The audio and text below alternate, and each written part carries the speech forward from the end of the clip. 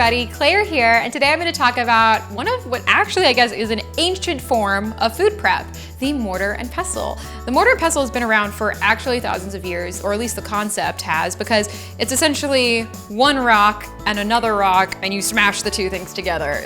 So it's extremely rudimentary and very primal, but it is extremely effective, and it's still commonly used. I have obviously this monster-sized one in my kitchen, and it's a great way to break down whole spices, whole ingredients, and if you have not made pesto in a mortar and pestle before, totally worth it. Pesto actually comes from, I think, the Latin pestare, which means to kind of pestle. So this is actually initially pesto is supposed to be made in mortar and pestle. Anyway, that's like a side note. So the way to properly use a mortar and pestle is to take whatever it is you're gonna break down. Today I just have coriander seeds on hand. So let's pretend I'm making like the base of a chai or a curry or something like that.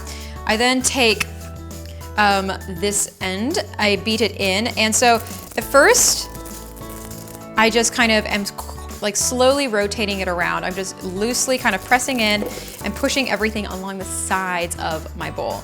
So by pushing the seed or your ingredient around the edge of the bowl, you end up sort of breaking it open. So the goal here is by making this sort of continual circular motion, you continue to break it down until honestly, if you really wanted to go to town, you could make a very fine powder, or in the case of pesto, a really finely ground paste. So in this case, I'm just gonna push it around the sides a bit.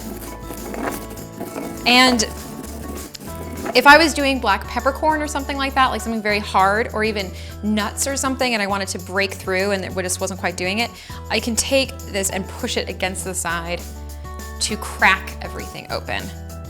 Because with coriander, it's a little softer, I don't have to necessarily do that.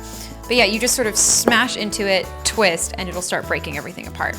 So yeah, I'm gonna continue to go around and around in a circle until I have a nicely finely ground flour. So you can tell that the more finely ground it gets, the easier it is to mix everything up, so you can actually move at a faster speed.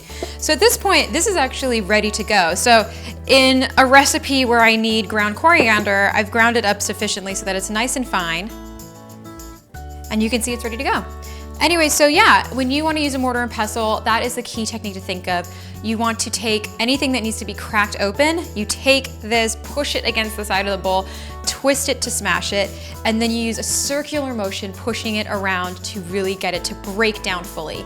And then as you continue to break it down, you move at a slightly faster speed, and then you end up getting something really finely ground. It's super effective. There is a reason we've been using it for thousands of years. So if you don't have a mortar and pestle in your household, I highly recommend getting one.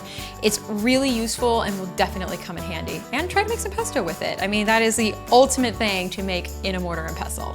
All right, well, thanks so much, guys, and I'll talk to you later. Bye.